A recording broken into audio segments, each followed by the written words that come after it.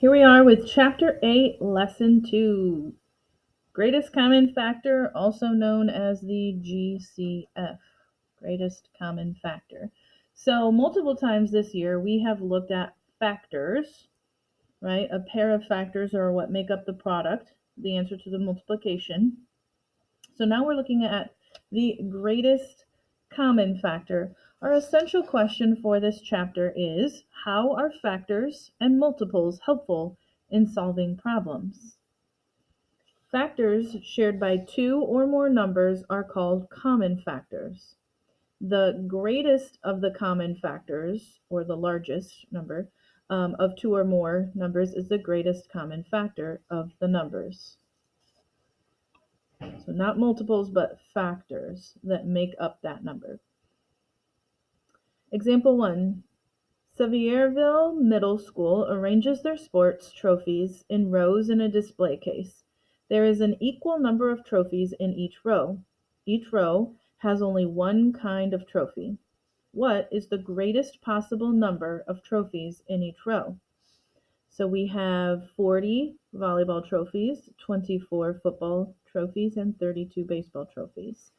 First, we need to go back to that skill that we've been using this year of prime factoring and using the factor tree method. So 4 times what equals 40? That's right, 10. And then since 4 is a composite number, not a prime, we'll still chop it up. Okay. But 2 and 2 are a prime. What makes 10? That's true. 2 times 5. 2 is prime. Is 5 prime? Yes. Now we'll do the factor tree method for 24.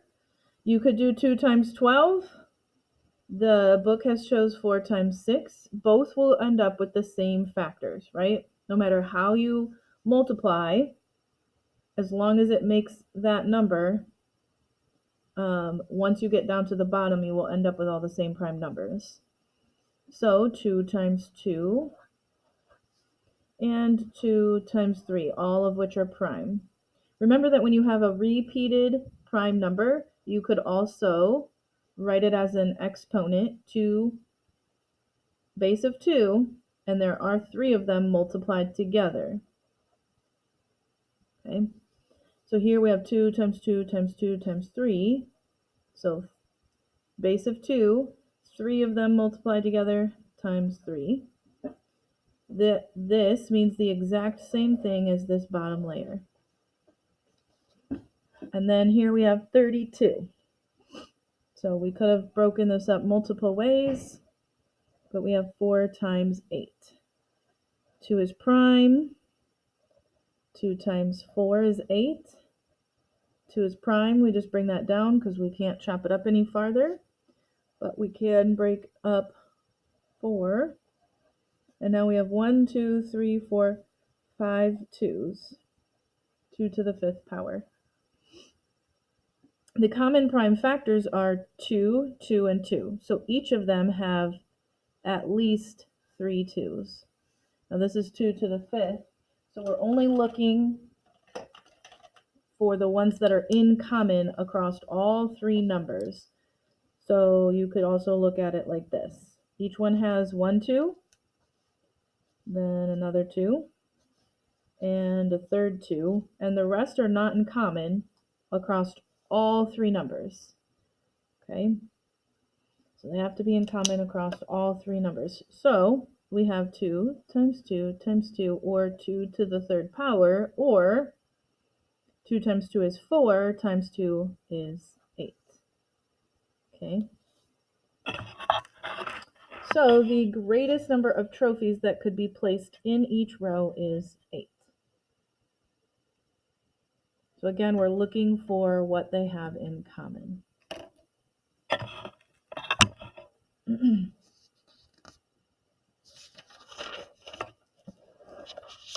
Top of page 558.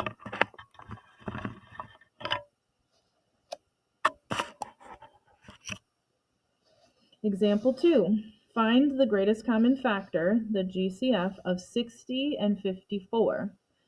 Another way to do this, besides the factor trees, is to make a list of factors. okay? So you might have seen this before. It's kind of like a rainbow. 1 times 60 equals 60. 2 times 30 is 60. 3 times 20 is 60. 4 times 15. 5 times 12. And 6 times 10. So these are the factors that make up 60. Such as 1 times 54, 2 times 27, 3 times 18, and 6 times 9. Now we look and we see what the common factors are. Okay, so not 60, not 30, not 20, not 15, or 12, or 10. So 6 is in common, not 5 or 4, 3, 2, and 1. 1, 2, 3, and 6. So now we're looking at just the largest one. Did I do that wrong? No. 6 is the greatest common factor. Okay, so if you use the tree method, you have to multiply all those prime numbers to figure out what the greatest common factor is. But if you use the list, it is literally just the largest number that they have in common. Okay, so one more time, if we use the tree method, we had to actually multiply out all of the prime numbers that they have in common. But if we use the list, it is just the largest number in the list in common. So guided practice, let's find the greatest common factor for 8 and 32. So we've got 1 and 8, 2 and 4, and that's it. For 32, we have 1 and 32, 2 and 16, 4 and 8. Okay, so then we look at what's in common.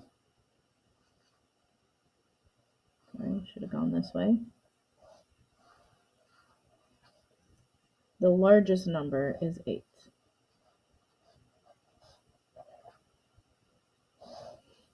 And if you think about it, since 8 is one of those numbers, it's probably not going to be anything bigger than 8 because we have to make 8 by multiplying two numbers together. So here we would list 1 and 3, right? Because that's the only way you can make 3. 1 times 3 equals 3, the product of 3 here. 1 times 12, 2 times 6, 3 times 4. So we circle the ones they have in common. We should have waited. I'm sorry, but I already know what 18 has, but I should have waited. 2 times 9.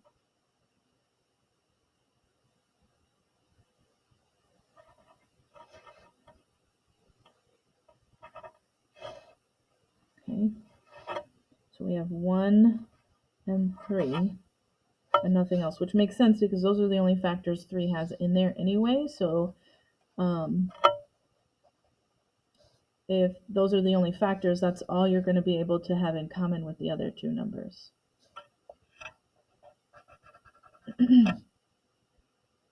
Okay.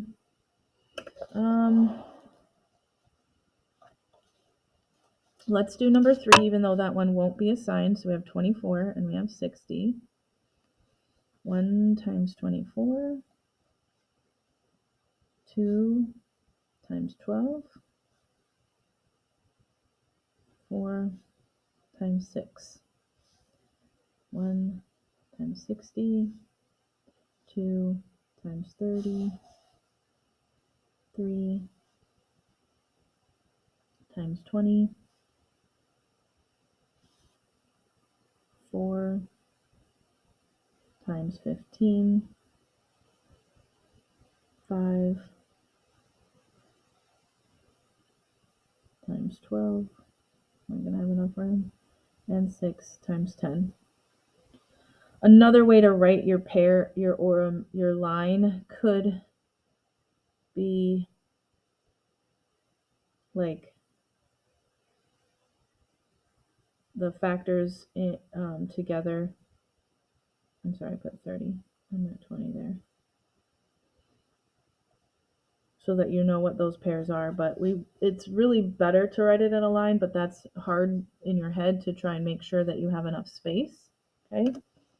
So then they have 1 in common, 2 in common, 4 in common, 6 in common, 12 in common, but not 24. So 12 is the highest number. So that's what you're doing right now. You're finding the greatest common factor. Okay? All right.